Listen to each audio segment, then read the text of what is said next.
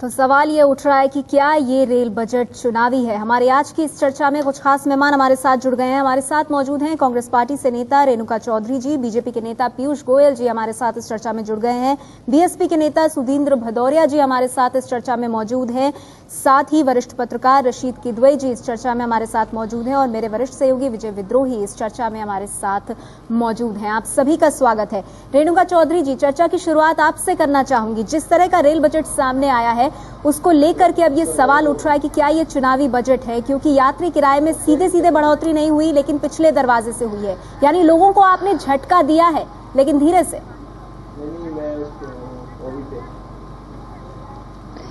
मैं ये मानने तैयार नहीं हूँ और अफसोस इस बात की है कि इतना अच्छा रेलवे बजट आपको देके इतने सहूलत और फायदा हम क्लाइंट्स को देके, पैसेंजर्स को देके, और ये मैं सोच सकती हूँ कि विपक्ष के लोगों का मजबूरी है, क्योंकि वो सोचते हैं कि जो भी सरकार करेगी उसके विरुद्ध में बोलना ही है और इसमें कुछ ना कुछ नुक्स या कमियां निकालना ही है। कौन सी ऐसी झटका मिली है, मुझे बता दीजिए। कुछ भी नहीं। जो first class passenger AC first class में जा रहा है उनकी कैंसिलेशन चार्जेस होंगे तो 50 रुपये। क्या वो जो फर्स्ट क्लास जा रहा है 50 रुपये नहीं दे सकेगा? ये सिर्फ फर्स्ट क्लास में ही नहीं है रेणुका जी, स्लीपर में भी अगर हम रिजर्वेशन का लगाएं, कैंसिलेशन का लगाएं, तत्काल लगाएं, इन सबको बढ़ा करके हर क्लास में मतलब इजाफा तो हुआ है ना। क्योंकि विपक्ष ये भी सवाल पूछ रहा है कि अगर हिम्मत थी आप में तो आप सीधे सीधे यात्री किराए में बढ़ोतरी करते। नहीं, ये गलत बात है। हम जो भी करेंगे आप तो इसमें कुछ ना कुछ नुक्स निकालेंगे। मुझे ये बताइए, रेल व्यवस्था आज के दिन घाटे में है तो हमें ये भी सोचना चाहिए ना कि व्यवस्था ठीक चले। अगर हम ये भी कदम नहीं उठाएंगे तो किसी के पास सलाह है कि कुछ भी मत करो और बैठे रहो और खाते जाओ और घाटा ठीक हो जाएगी अपने आप, ऐसा तो नहीं होगा। चलिए, अहम बात आप कह रही हैं रेणुका जी, क्योंकि यही सवाल मैं बीजेपी के नेता पीयूष गोयल के सामने रखना चाहूंगी। पीयूष जी, सरकार का ये कहना कि रेलवे की माली हालत अच्छी नहीं है, अगर रेलवे को सस्टेन करके रखना है, आगे तक चलाना है, तो जो कदम आज रेल बजट में लिए गए वो बिल्कुल सही है और जनता के पक्ष में है। नेहा जी, पहली बात तो रेणुका जी को ये बताना चाहूंगा कि एक जागृत विपक्ष का फर्ज है कि वो सरकार की खामियों को जनता तक पहुंचाए। हम अपना फर्ज ही निभा रहे हैं। रेणुका जी भी विपक्ष में रही हैं जब हमारी सरकार थी। मुझे कभी ध्यान नहीं है उन्होंने हमारी बजट की बड़ी सराहना की हो या तारीफ की हो। खैर, जो आज वास्तव स्थिति सामने है, ये रेल बजट में रेल मंत्री ने हमसे कहा कि मैंने फिस्कल प्रूडेंस इसमें लाया है, मैं एक सख्ती लाया हूं।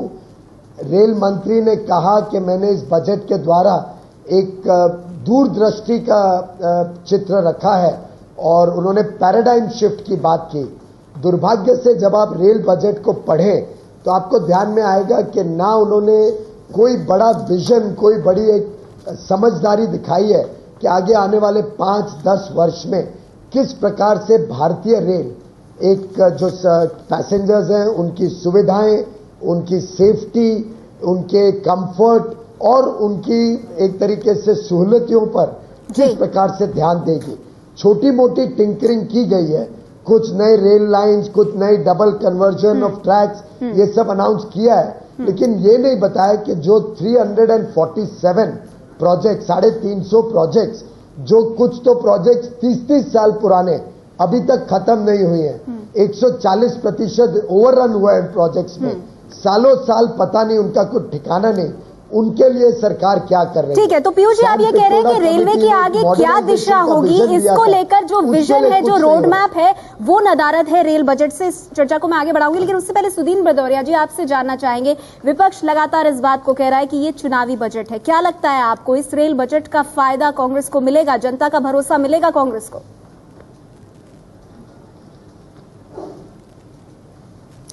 देखिए, आज ही इस रेलवे बजट पर प्रतिक्रिया देते हुए हम लोगों की राष्ट्रीय अध्यक्ष बहन मायावती जी ने स्वयं कहा कि बड़ी बड़ी घोषणाएं और बड़ी बड़ी बातें की गई थीं और खोदा पहाड़ निकली चूहिया। इसमें आप देखिए कि सुरक्षा और आधुनिकीकरण की दृष्टि से ये रेलवे बजट में इतना दिवालियापन है और इतना ही नहीं, आप ये विडंबना है कि आज रेलवे बजट पेश हो रहा था, उसी तरफ दूसरी मध्य प्रदेश के एक रेलवे स्टेशन पे 2 बच्चों के ऊपर से रेल होकर गुजर गई। महंगाई के नाम किराया बढ़ा दिया इन्होंने। जनवरी के महीने में इन्होंने 2 बार किराया बढ़ाया। अब इन्होंने भाड़े का, मालगाड़ी का भाड़े का किराया बढ़ा दिया है। तो इससे कितनी और महंगाई बढ़ेगी, पूरे देश की जनता को मार सहनी पड़ेगी महंगाई की। तो चौतरफा निराशा ही पैदा हुई है इस बजट से। हमारे साथ वरिष्ठ पत्रकार दिबांग भी इस चर्चा में जुड़ गए हैं। दिबांग, जो बात विपक्ष कह रहा है कि यात्री किराया नहीं बढ़ाया लेकिन फिर भी झटका दिया है, अगर आपको यही सब करना था तो आप सीधे सीधे कर सकते थे। ये पूरी तरह से चुनावी बजट है, ये कहना विपक्ष का। ये बात इनकी सही है, लेकिन ये कहना कि ये पूरी तरह से चुनावी बजट है, ये भी उतना सही नहीं है, क्योंकि बहुत सारे कदम उन्होंने ऐसे उठाए हैं जो उन्होंने एक तरीके से अनुशासन में, जो वित्तीय अनुशासन है उसमें रहने की कोशिश की है। पूरा जो रेल विभाग है एक तरीके से पटरी से उतरा हुआ था, उसको पटरी पर दोबारा लाने की इसमें कोशिश भी दिखाई देती है। उनके पास ना बहुत ज्यादा समय है, ना बहुत ज्यादा साधन है। उस हालत में जो जिस तरीके से जोड़ तोड़ के आप जो भी कर सकते थे वो उन्होंने करने की कोशिश की है और जो इसमें दिखाई देती है।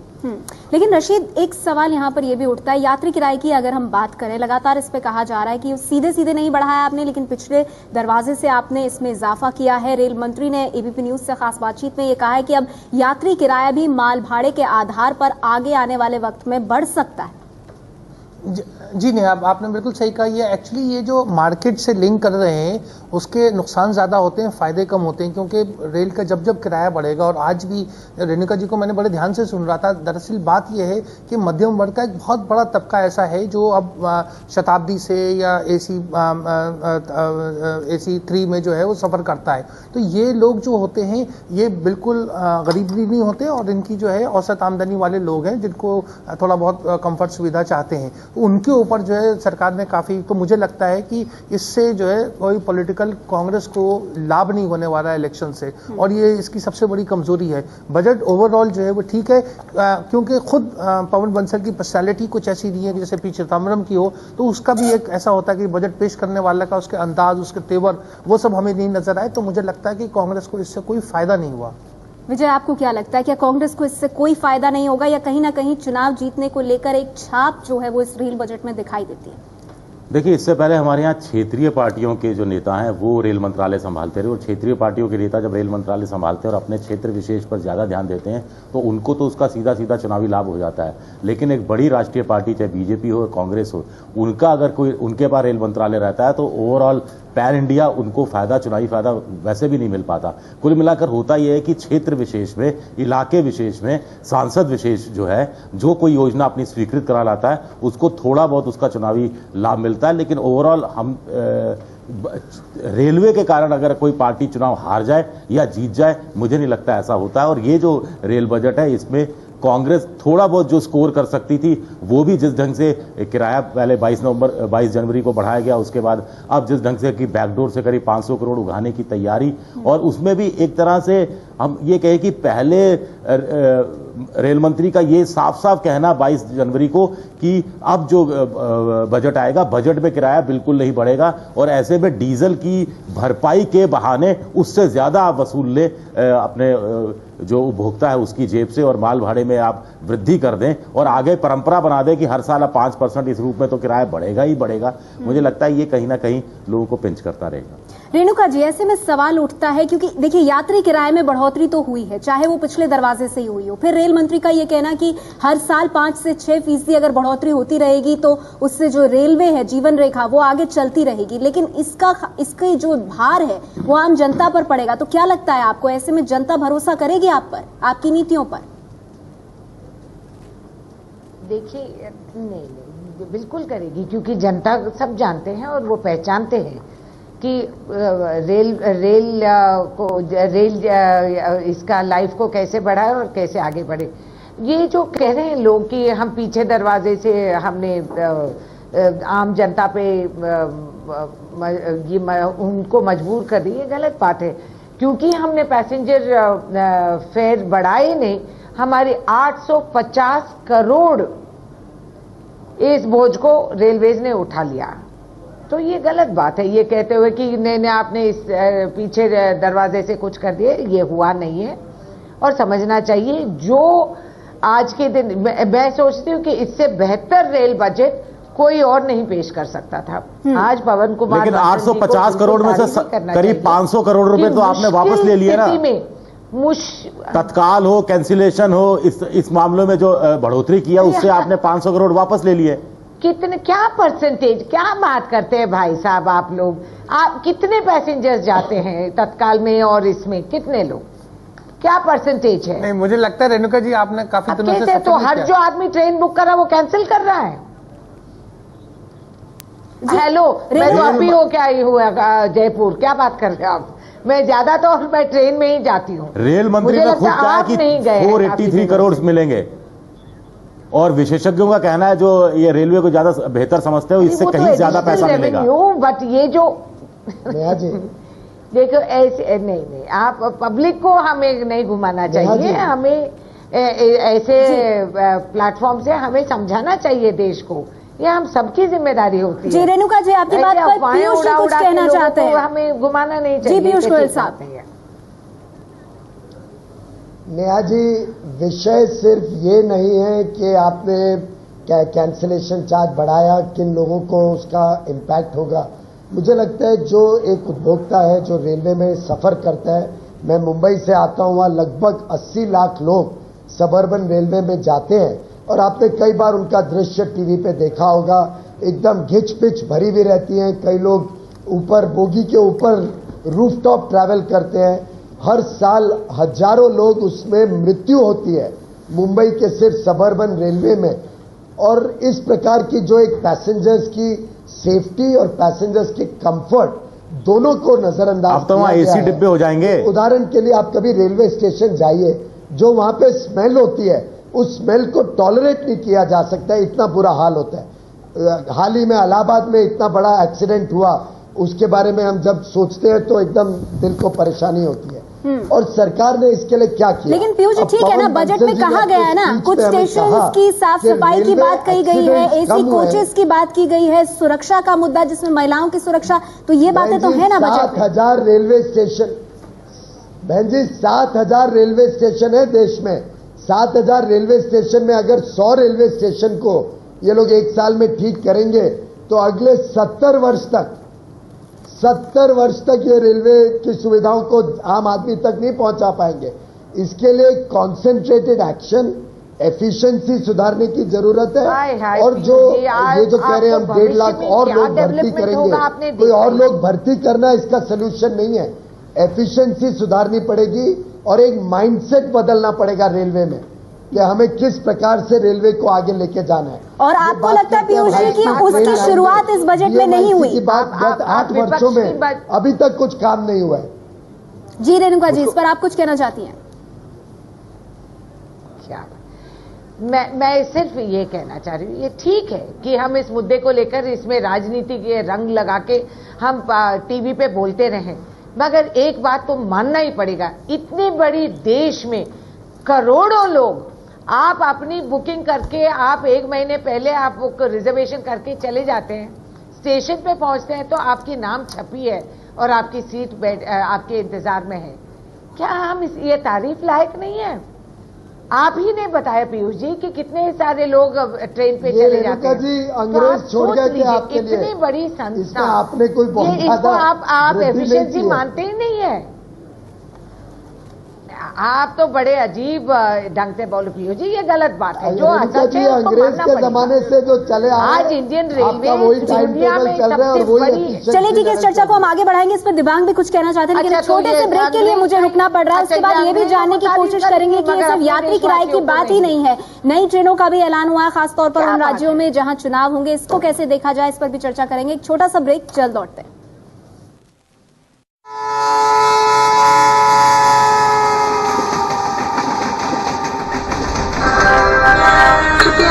हम बने हुए हैं अपनी आज की इस चर्चा पर कि क्या जिस तरह से सरकार ने पिछले दरवाजे से बढ़ाया है रेल का किराया, क्या उससे चुनाव जीत पाएगी सरकार? लेकिन उसके साथ ही आपको यह बता दें कि एक खास बातचीत में एबीपी न्यूज से रेल मंत्री पवन कुमार बंसल ने यह भी कहा है कि अभी और महंगा हो सकता है रेल का सफर, यानी कि फ्यूल सरचार्ज यात्री किराए पर भी लग सकता है। आगे आने वाले दिनों में रेल का सफर और महंगा हो सकता है। दिबांग, रेल का सफर आगे आने वाले वक्त में और महंगा हो सकता है। अगर इस तरह के कदम सामने आएंगे तो क्या इससे चुनाव जीत पाएगी कांग्रेस पार्टी? बिल्कुल इस तरह से तो मुश्किल है, और ये बिल्कुल आप सही कह रही हैं कि जिस तरह से उन्होंने ये खिड़की एक तरीके से खोल के रखी हुई है, जिससे साफ है कि आने वाले दिनों में अगर वो देखेंगे तो किराया ऊपर नीचे और होंगे, और मेरे ख्याल से बढ़ने की उसकी ज्यादा आशंका है। और आप देखें बजट में तो डिटेलिंग नाम की चीज जो है वो सिरे से गायब है। यानी अगर आप अनिल काकोडकर कमेटी, जो कि इतने विस्तार से उन्होंने हर चीज को बताया हुआ है, मैंने वो पिछले दिनों ही पढ़ी अनिल काकोडकर कमेटी, उसमें उन्होंने बताया कि आप जो कोचेस हैं वो LHB वाले कोचेस लगाइए, यानी ऐसे कोचेस जो जब टक्कर होती है नया तो वो ऊपर चढ़ जाते हैं। जब वो कोचेज एक के ऊपर एक चढ़ जाते हैं तो उसमें लोग बहुत ज्यादा मारे जाते हैं। अब वो नई टेक्नोलॉजी से, जर्मन टेक्नोलॉजी से कोचेस बने जिसमें वो ऊपर नहीं चढ़ते हैं, और वो भारत में बन रहे हैं, कपूरथला में बन रहे हैं, पलक्काड में एक नई फैक्ट्री लगाने की बातचीत चल रही है। उस पर आपने कहा तो सही, पर आप कितनी मद उसमें खर्च करेंगे, कितनी राशि खर्च करेंगे, वो यानी दिशा एक तरीके से आपको दिखाई दे रही है, पर इच्छा शक्ति की कहीं कमी है, आपकी मंशा कुछ गड़बड़ लगती है। दूसरी आप बात देखिए, जिसको मैं विस्तार से हर बार कहता हूं कि मैनुअल स्कैवेंजिंग, यानी सर पर मैल ढोते हैं लोग, वो ऐसे लोग रेलवे में बहुत ज्यादा हैं, क्योंकि आपके पास जो टॉयलेट्स हैं उसमें सीधा आपका जो मल है वो ट्रैक्स पर गिरता है। वहां ये कहा गया था, जो ये कमेटी की रिपोर्ट आई, कि आप उसमें बायो टॉयलेट्स लगाइए। आपने उस बारे में कहा तो सही, लेकिन कितना पैसा खर्च करेंगे? क्योंकि अनिल काकोडकर कमेटी का कहना है कि उसमें 3000 करोड़ रुपया खर्च आएगा। क्या आप 3000 करोड़ वहां देंगे?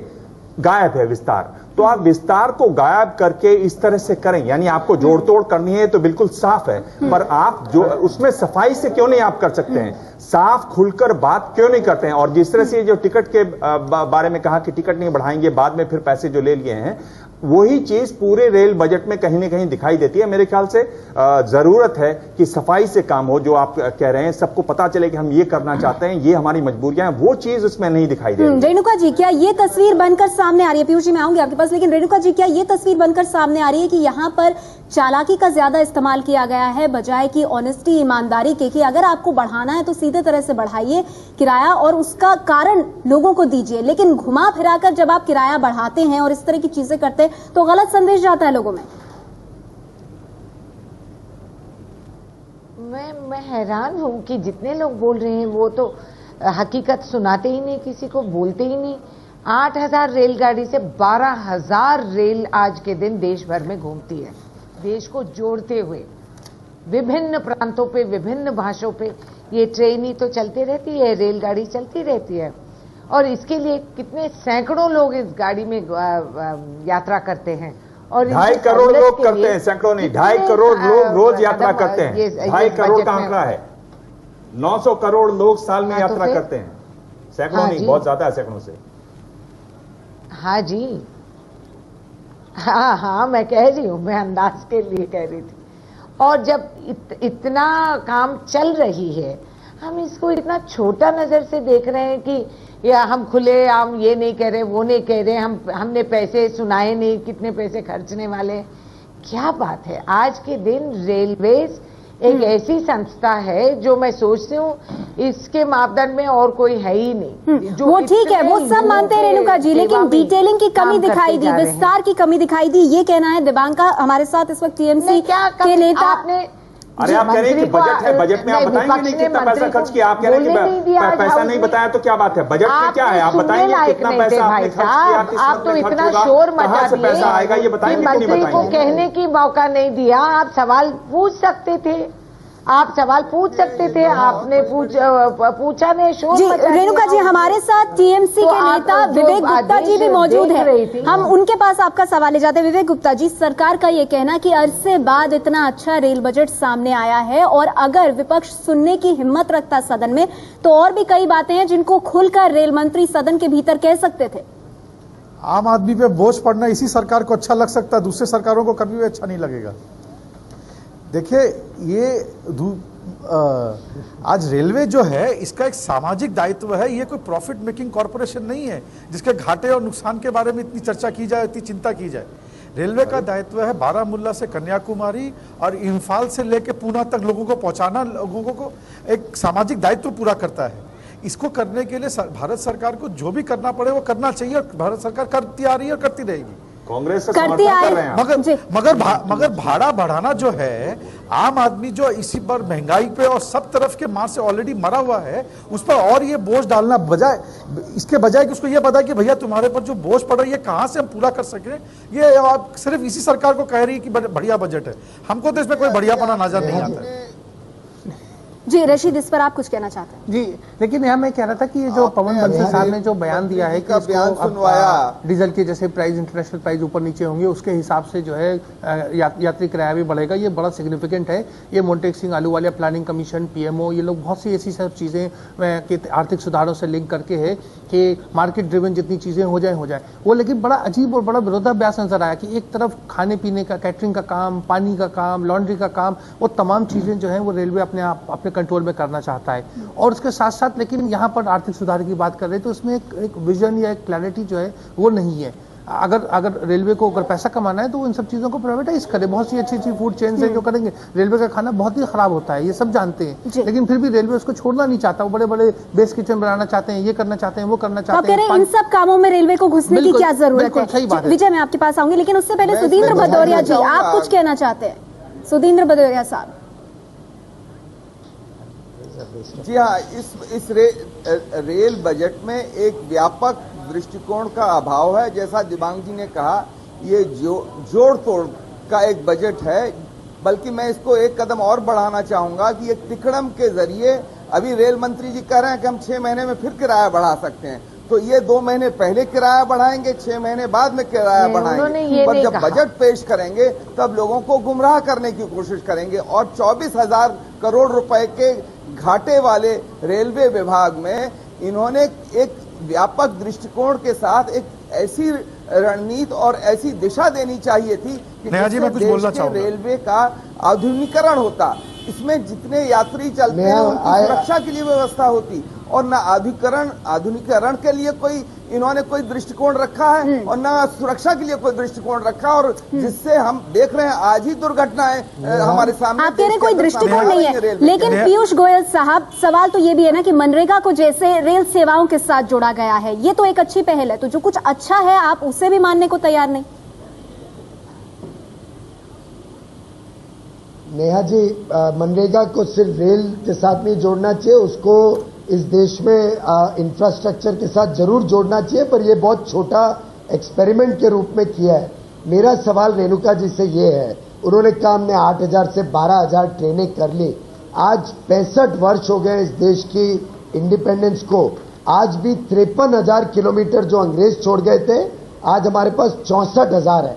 सिर्फ 10,000 किलोमीटर की वृद्धि 65 वर्षों में, जिसमें 54 वर्ष कांग्रेस की सरकार रही है। जो मैंने पहले भी कहा था, कोई विजन नहीं है। दूसरा, ये सरकार ने लोगों को गुमराह किया कि नंबर ऑफ एक्सीडेंट्स 0.41 पर मिलियन किलोमीटर से 0.13 हुए, लेकिन उन्होंने सच्चाई तो सामने लाई नहीं। ये सिर्फ वो फिगर है इन नंबर ऑफ एक्सीडेंट्स, लेकिन अगर जिन लोगों की मृत्यु हुई उसको सामने देखें तो रेणुका जी, आपसे बहुत संक्षेप में मैं जानना चाहूंगी, विपक्ष का ये कहना कि लंबे समय तक आप सत्ता में रहे हैं, पिछले 8 सालों से भी आपकी सरकार थी, तो अगर रेल मंत्रालय का खराब हाल हुआ है भारतीय रेलवे का, उसके लिए बड़ा जिम्मेदार कौन है? रेणुका जी, सेफ्टी, ठीक है पीयूष जी, सुन लीजिए रेणुका जी को। सिक्योरिटी के साथ खिलवाड़ हो रहा है, लोग मर रहे हैं। आज मुंबई में सबर्बन ट्रेन में गत 3 वर्षों में 11,000 ठीक है पीयूष जी, आपने अपनी बात कह दी, अब आप सुन लीजिए रेणुका जी को। जी रेणुका जी बोलिए।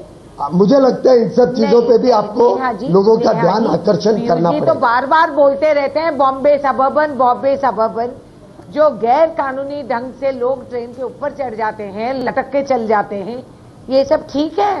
इसको हम रेलवे को ही जिम्मेदार खड़ा करें? क्यों? देशवासी होकर हमारी अपनी कोई जिम्मेदारी होती नहीं है क्या?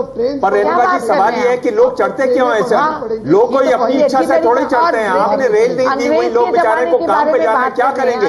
रेल की छत पे इसलिए चढ़ते हैं। आप ये सोचिए चढ़ते क्यों हैं?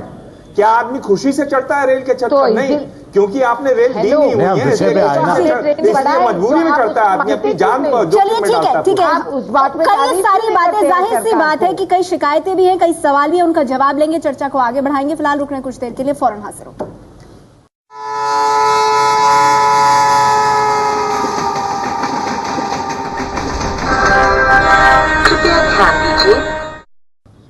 चर्चा जारी है हमारी कि क्या ये रेल बजट चुनाव जिता पाएगा कांग्रेस पार्टी को। हमारे साथ कांग्रेस पार्टी से पीएल पुनिया भी इस चर्चा में जुड़ गए। इससे पहले कि मैं उनके पास जाऊं, विजय, बहुत संक्षेप में आपसे, नई ट्रेनें चलाना, आने वाले जो जहां चुनाव है उन राज्यों में उसका ऐलान करना, रायबरेली पर मेहरबानी। बड़ी बात यह है कि अभी जो एबीपी न्यूज से कहा रेल मंत्री ने कि 5% जो सरचार्ज है फ्यूल सरचार्ज, वो भाड़े पे भी लग सकता है और वो छठे महीने भी हो सकता है, एक साल के अंदर 2 बार भी हो सकता है। और इससे पहले डीजल के दाम हर साल हर महीने सरकार 50 पैसे के हिसाब से बढ़ाएगी अगले 10 साल, अगले 2-3 साल के लिए, जब तक की सब्सिडी पूरी नहीं होती।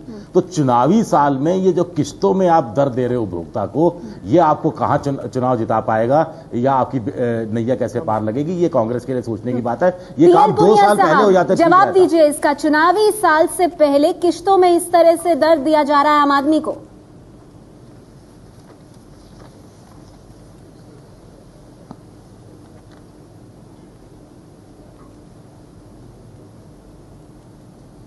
पुनिया जी, क्या आप हमें सुन सकते हैं? हेलो जी पुनिया जी, आपसे सवाल ये कि चुनावी, आवाज बहुत कम आ रही है आपकी आवाज पहुंच नहीं रही है।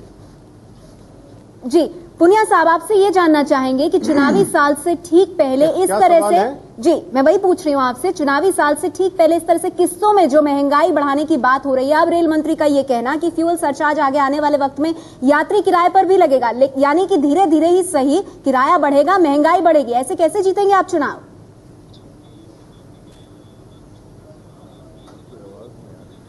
देखिए, दोनों से लिंक नहीं किया जा सकता। आपको याद है कि जितने बजट पीछे पेश हुए उसमें किराया नहीं बढ़ाया गया और लोगों ने कहा, सांसद सदन में भी कहा कि किराया बढ़ा देते लेकिन सुविधाएं बढ़ाओ, सेफ्टी सिक्योरिटी पर ध्यान दीजिए। तो ये तो आवश्यक है।